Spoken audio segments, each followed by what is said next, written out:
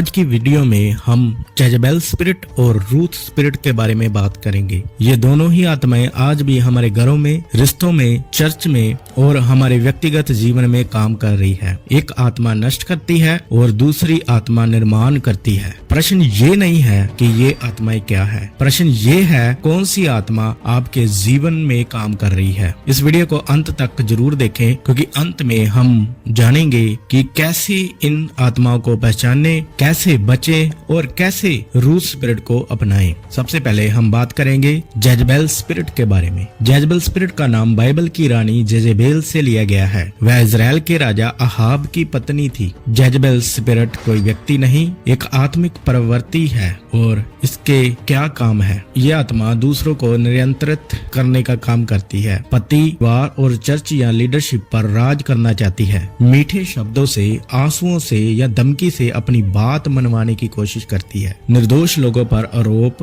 परमेश्वर के सेवकों को बदनाम करना इस आत्मा का काम है। बाहर से बहुत धार्मिक दिखाई देना, लेकिन अंदर से घमंड और स्वार्थ से भरे होना। अपनी गलती कभी स्वीकार नहीं करती, हमेशा दूसरों को दोष देती है। जब हम प्रकाशित वाक्य उसके 2:20 को पढ़ते हैं तो वहाँ पे लिखा है, तू उस स्त्री जेजेबेल को सहता है। ये आत्मा आज भी चर्च में काम करती है। जेजेबेल स्पिरिट का उद्देश्य है रिश्ते तोड़ना, विवाह नष्ट करना, चर्च में फूट डालना, आत्मिक जीवन को कमजोर करना। ये आत्मा प्रेम को नफरत में बदल देती है, आज्ञाकारिता को विद्रोह में और विश्वास को डर में। जहाँ जेजेबेल स्पिरिट होती है वहाँ शांति नहीं, एकता नहीं और परमेश्वर की उपस्थिति कम हो जाती है। अब हम बात करेंगे रूथ स्पिरिट के बारे में। रूथ एक विधवा थी, लेकिन उसके पास कुछ था जो बहुत कीमती था, वह था वफादारी। और रूथ उसका 1:16 को जब हम पढ़ते हैं तो वहाँ पे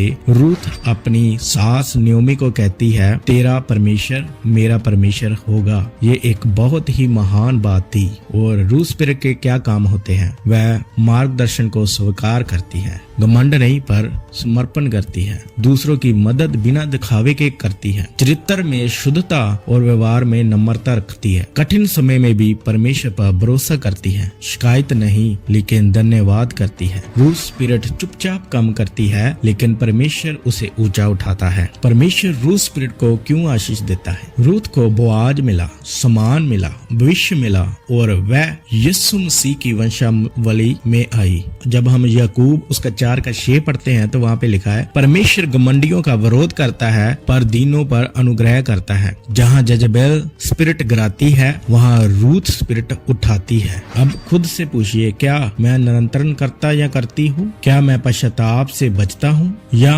मैं नर्म और आज्ञाकारी हूँ? आज परमेश्वर आपको बुला रहा है जेजेबेल स्पिरिट को त्यागने के लिए और रूथ स्पिरिट को अपनाने के लिए। आइए मेरे साथ प्रार्थना करें। हे प्रभु, मेरे हृदय को शुद्ध कर, मुझे नर्म बना और रूथ की आत्मा से भर दे, यीशु के नाम में आमीन। ये वीडियो का उद्देश्य यही था कि आप पहचाने जेजेबेल स्पिरिट को और रूथ के अंदर जो आत्मा काम कर रही थी उससे हम अपनी पहचान करें कि क्या हम नर्म हैं, क्या हम आज्ञाकारी हैं परमेश्वर के प्रति, क्या हम परमेश्वर में रहते हुए सब कुछ सहते हैं, क्या हमने पश्चाताप किया है, क्या हमने परमेश्वर को ग्रहण किया है जैसे रूथ ने भी किया। आइए हम अपने आप को इस वीडियो के द्वारा जानें। अगर ये वीडियो आपको आत्मिक रूप से अच्छी लगी है तो इसे लाइक करें, कमेंट करें, शेयर करें और चैनल को सब्सक्राइब करें। परमेश्वर आपको बहुत सारी आशीष दे।